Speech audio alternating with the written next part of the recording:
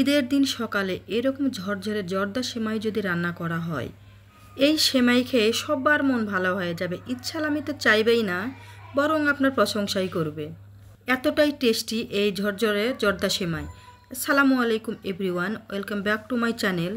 মুস্কানের রান্না করে সবাইকে স্বাগতম জানাচ্ছি আজকের এই রেসিপিটি দেখার জন্য। আজকের আয়োজনে আপনাদের জন্য নিয়ে এসেছি পারফেক্ট ঝরঝরে জর্দা সেমাই কীভাবে রান্না করবেন সেই রেসিপি।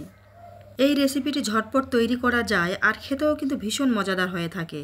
তো আশা করছি ঘরোয়া উপকরণের তৈরি শাহি জর্দা সেমাই রেসিপিটি সবার ভালো লাগবে। আর যদি ভালো লাগে তাহলে লাইক, কমেন্ট আর বেশি বেশি শেয়ার করে দিবেন ফ্রেন্ডস অ্যান্ড ফ্যামিলিদের মাঝে।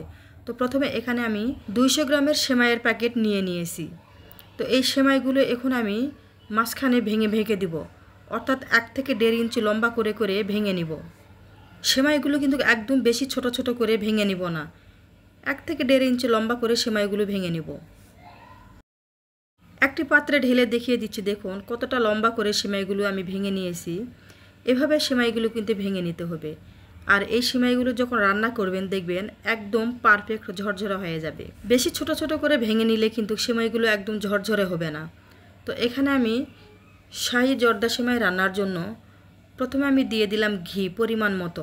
এবারে ঘি আমি ভালো করে মেল্ট করে নিব।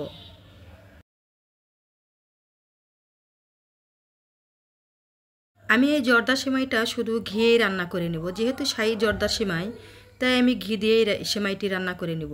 এবার ঘিয়ের মধ্যে দিয়ে দেব একটি তেজপাতা মাঝখানে কেটে, আর দিয়ে দেব 2 থেকে 3টি ছোটো এলাচ, সাথে দিয়ে দেব বেশ কিছু পরিমাণে ড্রাই ফ্রুট।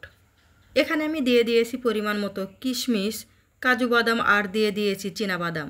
আপনারা চাইলে এখানে আলমন্ড বাদাম বা পেস্তা বাদামও দিয়ে দিতে পারেন, আবার খেজুর ছোট ছোট করে কেটে দিয়ে দিতে পারেন। তো এই ড্রাই ফ্রুটগুলো আমি 2 মিনিটের মতো একটু ভেজে নিব। নেওয়ার পরেই দেখুন যে সেমাইগুলো আমি ভেঙে রেখেছিলাম সেই সেমাইগুলো দিয়ে মিডিয়াম টু লো আঁচে চুলার আঁচ রেখে ভেজে নিব এই সেমাইগুলো। বেশ কিছু সময় নিয়ে উল্টে পাল্টে লাল লাল করে সেমাইগুলো ভেজে নিতে হবে। সেমাইগুলো যত ভালো করে লাল লাল করে ভেজে নিতে পারবেন, জর্দা সেমাই রান্না করার পরে কিন্তু সেমাইগুলো একদম পারফেক্টভাবে ঝরঝরে হয়ে যাবে।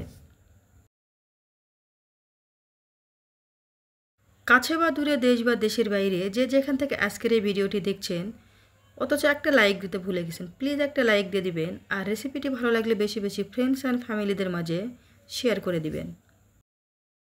সেমাইগুলো দেখুন আমি একদম পারফেক্টভাবে লাল লাল করে ভেজে নিয়েছি। এবার মেজারমেন্ট কাপ দিয়ে 1 কাপ চিনি দিয়ে দিব এখানে। এবার ওই কাপ মেপেই এখানে আমি 3 কাপ পানি অ্যাড করে দিব। 200 গ্রাম সেমাইয়ের জন্য মেজারমেন্ট কাপের 1 কাপ চিনি একদম পারফেক্ট মাপ। সব পরিমাপগুলো ঠিক রেখে আপনি যদি জর্দা সেমাই তৈরি করেন তাহলে দেখবেন আপনিও পারফেক্টভাবে জর্দা সেমাই তৈরি করে নিতে পারবেন। এবার এই সেমাইগুলো আমি নেড়েচেড়ে বেশ কিছু সময় নিয়ে রান্না করে নিব, একদম পানিগুলো শুকিয়ে আসা পর্যন্ত। অনবরত নেড়েচেড়ে সেমাইগুলো দিতে হবে যাতে সেমাইগুলো ভালোভাবে সিদ্ধ হয়ে আসে। এবার সেমাইগুলো দেখিয়ে দিচ্ছি, দেখুন সেমাইগুলো কিন্তু একদম পারফেক্টভাবে সিদ্ধ হয়ে এসেছে। এবার এখানে আমি দিয়ে দিব 5 থেকে 6টি চেরি ফল, যেগুলো আমি ছোট ছোট করে কেটে নিয়েছিলাম। এবার অনবরত নেড়েচেড়ে সেমাইগুলো রান্না করে নিতে হবে। সেমাইগুলো এভাবে নেড়েচেড়ে রান্না করে নিতেই দেখবেন এক সময় খুন্তির সাথে সেমাইগুলো একদম জড়ো হয়ে আসা শুরু হয়েছে, অর্থাৎ প্যান থেকে উঠে আসা শুরু হয়েছে। তখন বুঝতে হবে যে এই জর্দা সেমাইগুলো একদম পারফেক্টভাবে রান্না হয়েছে।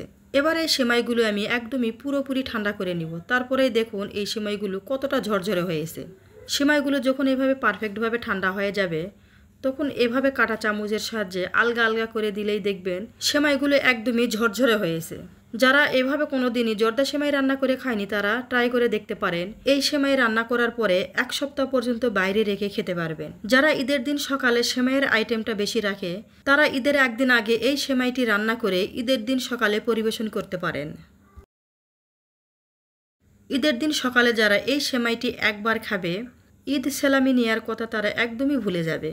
ঈদের দিন খুব সকাল সকাল যারা প্রিয়জনকে খুব ভালো কিছু উপহার দিতে চান তারা চাইলেই কিন্তু এই শাহি জর্দা সেমাইটি রান্না করে প্রিয়জনকে উপহার দিতে পারেন। তো আজ এখানেই বিদায় নিয়ে নিচ্ছি। আমি আবারও আসবো নতুন কোনো রেসিপি নিয়ে। ততক্ষণে আপনারা অনেক বেশি ভালো থাকবেন আর সুস্থ থাকবেন।